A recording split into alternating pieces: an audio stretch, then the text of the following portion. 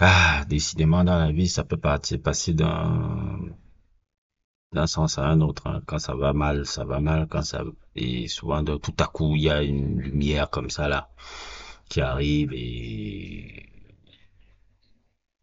tu ne sais jamais comment les choses vont tourner, quoi, pour toi. Même quand tu es dans l'obscurité.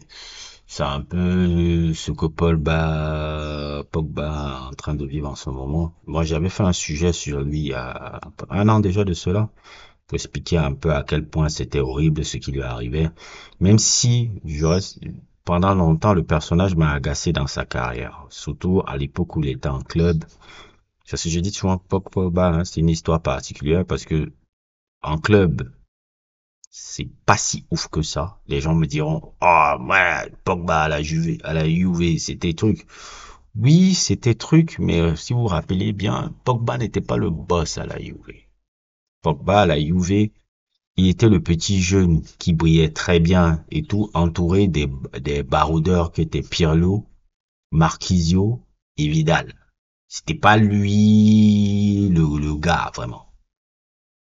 Il avait beaucoup de ces tauliers-là qu'il faisait que quand il avait ces tauliers-là, il arrivait à donner la pleine possession de ses moyens et c'était des tauliers qui lui tiraient les oreilles très vite facilement quand il commençait à faire un peu ces gris-gris inutiles là.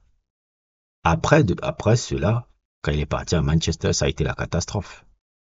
Puis qu'il a découvert la ville anglaise, les humains, il devait faire des voyages à Londres. Paul Pogba, sa carrière en club n'était pas si ouf, hein. C'était vraiment beaucoup contrasté.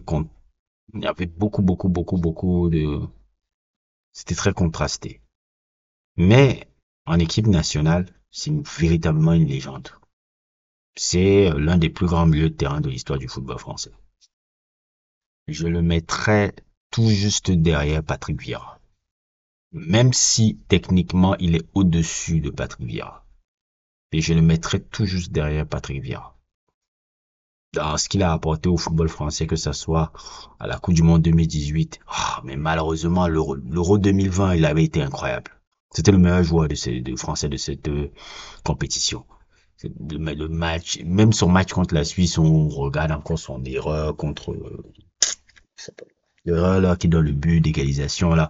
La compétition qu'il jouait était incroyable. Le match contre l'Allemagne, le match contre les matchs, c'était lui qui je pense qu'il était au summum de son football à l'Euro 2020. Mais malheureusement, l'équipe n'est pas allée loin avec le quoi qu'ils sont arrivés contre la Suisse. Ce qui fait que, bon, souvent les gens ne se rendent pas compte de la performance à part les connaisseurs de foot, les gens ne se rendent pas compte de la performance de Pogba à l'Euro 2020 là, avant l'élimination de la France. Il était à un niveau que j'avais rarement vu chez lui. Rarement vu chez lui.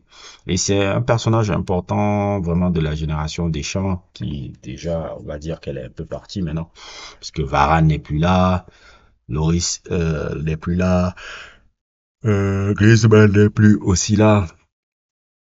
Et il est un peu le dernier de la génération, puisqu'il a un peu ce que j'appelle les gars de la génération 93 un peu. C'est une belle génération hein, du football français. Hein.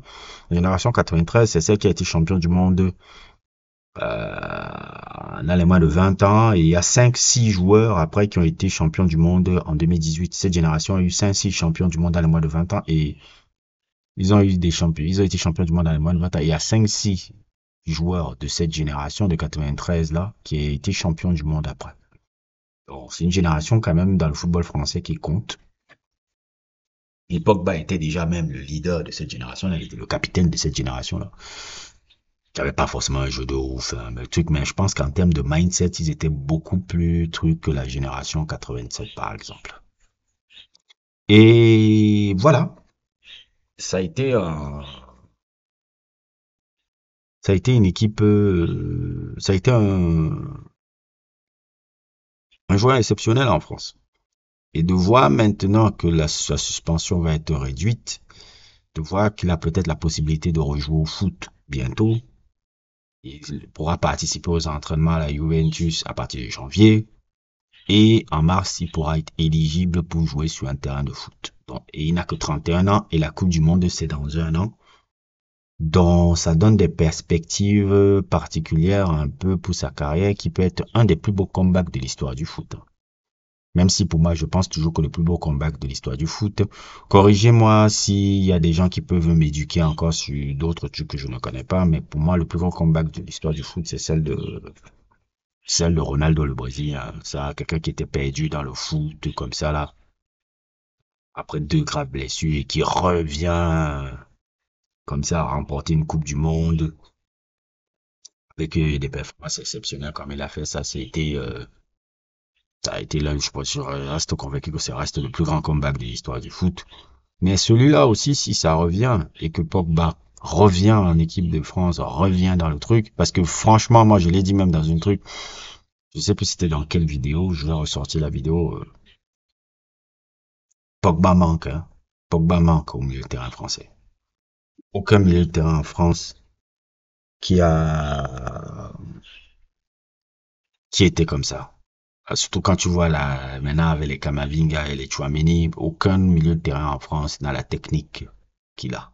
N'a le truc qu'il a, les transversales qu'il faisait, qui cassaient les lignes, les trucs. J'ai compris maintenant pourquoi Pogba était si important. Quand j'ai dit, oh, Pogba, vraiment, je vois maintenant ce que tu as apporté à l'équipe là. Et en plus aussi, un leader un peu dans le vestiaire. N'oubliez pas le discours qui parlait avant la finale de Coupe du Monde, avant la finale 2018, le discours le match contre l'Argentine, quelqu'un qui est important dans un vestiaire, surtout en France. Je sais pas, quand il joue avec l'équipe de France, il est un peu transcendé, le gars là. En club, il est pas comme ça, mais en équipe de France, c'est un autre gars. Ça a toujours été un autre gars. C'est pour ça que j'ai toujours estimé que c'est une légende française, ce mec. Pas forcément une légende du football mondial, je ne mettrais pas cette dimension-là, mais vraiment une légende française. Or non, par rapport à ce qu'il a apporté à cette sélection-là. Et je me dis, si ce gars-là revient, on va voir un tout autre personnage, hein. Ne croyez pas que vous allez revoir le Pogba souriant, tutuc. Non, non, non, non, non, non. S'il a la chance de revenir là où il est là, et qu'il retouche, ne serait-ce qu'un truc sur les terrains, mais c'est un lion que vous allez voir là. C'est un fucking lion que vous allez voir là. C'est un autre. Je suis impatient de revoir ça. Parce que je sais que le gars que je vais voir sur le terrain, ce sera un autre homme. Après tout ce qu'il a vécu en 4 ans, 5 ans, ce sera un autre homme. Un autre homme et un autre truc. Et je pense que parce que je dis souvent, Deschamps, c'est quelqu'un qui a beaucoup de chance. C'est ça qui est un peu amusant avec ce gars-là. Deschamps a toujours des moments de chance comme ça, là, même quand son bateau risque de tomber. C'est-à-dire que pour moi, je sentais bientôt la fin pour Deschamps, je sens bientôt la fin. Et voilà un gars, Pogba, on arrête sa suspension. C'est peut-être le gars qui peut encore sauver même encore Deschamps encore. Parce que sur le milieu de terrain, là, c'est le désert. Et il n'y a que ce gars-là pour sauver. Il n'a que 31 ans. 31 ans, c'est encore la fleur de l'âge. Il aura 32 ans à la Coupe du Monde 2006, 2026. Et il peut être immensement important à la Coupe du Monde. S'il arrive à jouer, s'il arrive à truc, et sachez que s'il joue seulement, Deschamps ne va pas se retenir de le prendre, hein. S'il est apte à jouer, Deschamps ne va pas le prendre. Il sait que le profil là, je n'avais pas beaucoup. Et ça peut être quelqu'un qui vit une fin de carrière très intéressante. Et tout, et ça pourrait terminer un peu bien sa carrière. Parce que la fin là, c'était horrible pour lui qu'il finisse comme ça. Là, je suis content pour lui, hein. Le personnage est sympathique, attachant, beaucoup de choses, hein. Et je trouve que c'est horrible ce qui lui est arrivé. Tout ce qui lui est arrivé, c'est pas sa faute. C'est vraiment pas sa faute. Le seul truc que je pouvais le reprocher un peu, c'était la manière dont il était dilettante en club. Surtout à Manchester, sa période de Manchester, c'était vraiment pas ouf. Et tout. Et parfois, j'avais l'impression qu'il n'était pas trop concentré sur son métier. Trop concentré sur le métier. Je me rappelle Evra, là, je ne sais plus quel truc, il disait, il avait un match contre Manchester, il était en train de discuter avec Evra, Evra lui avait fait un face call, il le voit avec des amis et autres et tout. Et après, Evra, il dit, est-ce que tu t'es reposé pour le match? Il dit, ouais, ça va aller, ça va couler. Il dit, mais tu es là avec tes trucs, tu étais complètement distrait. Donc, je pense que parfois, il n'a pas été, quand il était en club, il n'a pas fait les choses comme il faut parfois pour atteindre le niveau on voulait le voir de lui. Mais en équipe de France, il répondait toujours présent. Ça, je sais pas. Quand il était en équipe de France, vous voyez même en équipe de France, il switchait un peu de mode, il enlevait les coupes bizarres et tout, il rasait les cheveux, l'air. C'est pour ça que je mets cette photo-là. En équipe de France, c'est un autre gars. À Manchester, il est là, il dansait avec Lingard et où, tu vois. Mais en équipe de France, c'était un autre gars qu'on voyait. C'était le mec là, déterminé, truc, je sais pas. Et je trouve que c'est très rare un peu dans le football français de voir des gars comme ça. Parfois, c'est l'inverse. C'est-à-dire qu'il est dilettante en équipe nationale et en club, il est structuré. Parce que il est performant, parce qu'il se dit, ah, c'est le club qui me paye. Et tout. Mais Pogba, c'était l'inverse. En club, bou, bou, bou, bou, bou, bou. Une carrière, par exemple, à la Podolski, comme ça. Podolski en club, c'était comme ça. En club, bon, pouf, Bayern, truc, c'est des performances, truc. Inter, Arsenal, bon, bref, la carrière de Podolski est truc, mais à l'équipe nationale, c'était un autre gars. Dès qu'il touchait l'équipe nationale, bah, il se transcende, il se truc. Je crois que Pogba fait partie de ces mecs-là, que l'équipe nationale, jouer pour l'équipe nationale le fait beaucoup plus vibrer que jouer pour le club. Que jouer pour le club. Et un mec comme ça, il est importantissime hein, pour l'équipe nationale. S'il revient, pour apporter le truc, regardez même Mbappé quand il a vu qu'il revient, il a dit, eh, Seigneur, même sans que gars, oui, gars. Mec, tes transversales me manquent. Tes transversales me manquent. Beaucoup de choses te manquent là. Parce que le milieu de terrain qui est derrière moi là, ça ne va pas. Bon, c'est vrai que c'est pas comme si lui il est en une forme de ouf. Mais je vois ce qu'il a apporté. Et on ne peut qu'avoir, comment dire, on peut qu'être content de voir ça. Moi, je serais content de voir ça qui finisse bien et autres et tout. De toute façon, hein, comme certains gens disent, Dieu au contrôle, hein. Elle a décidé, te donne des, comment on appelle ça, hein, comment dire le mot, il te donne des épreuves pour mieux t'endurcir et comment dire, permettre à ce que toi tu puisses sortir ton caractère, quoi.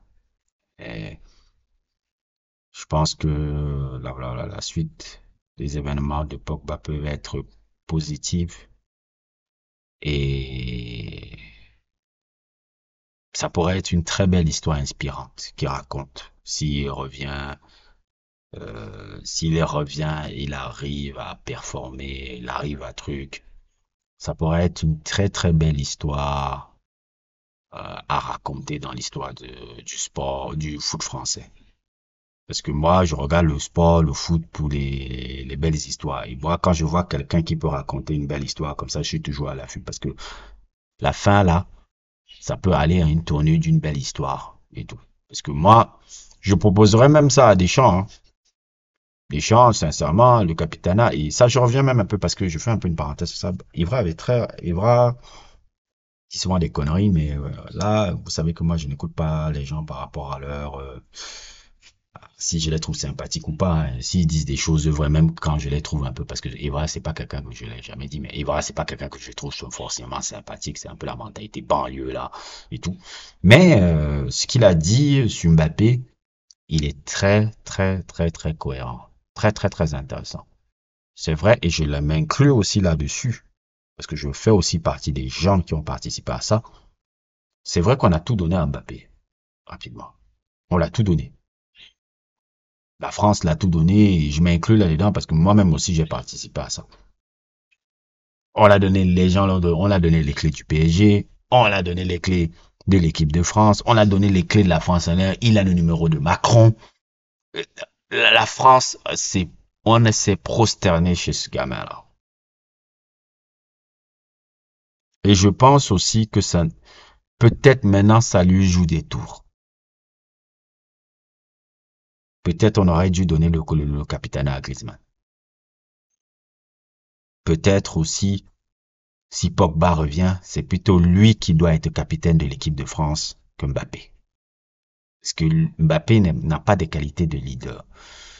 J'ai souvent pensé que Mbappé pouvait être ce genre de gars parce que je voyais le tweet de Zidane, beaucoup de sorties médiatiques, la manière dont il s'exprime et autres et tout, mais en regardant, en réfléchissant un peu, Mbappé est exactement comme son idole. C'est des individualistes. C'est des individualistes qui ne pensent qu'à leur legacy personnel, au-delà de la legacy un peu du collectif.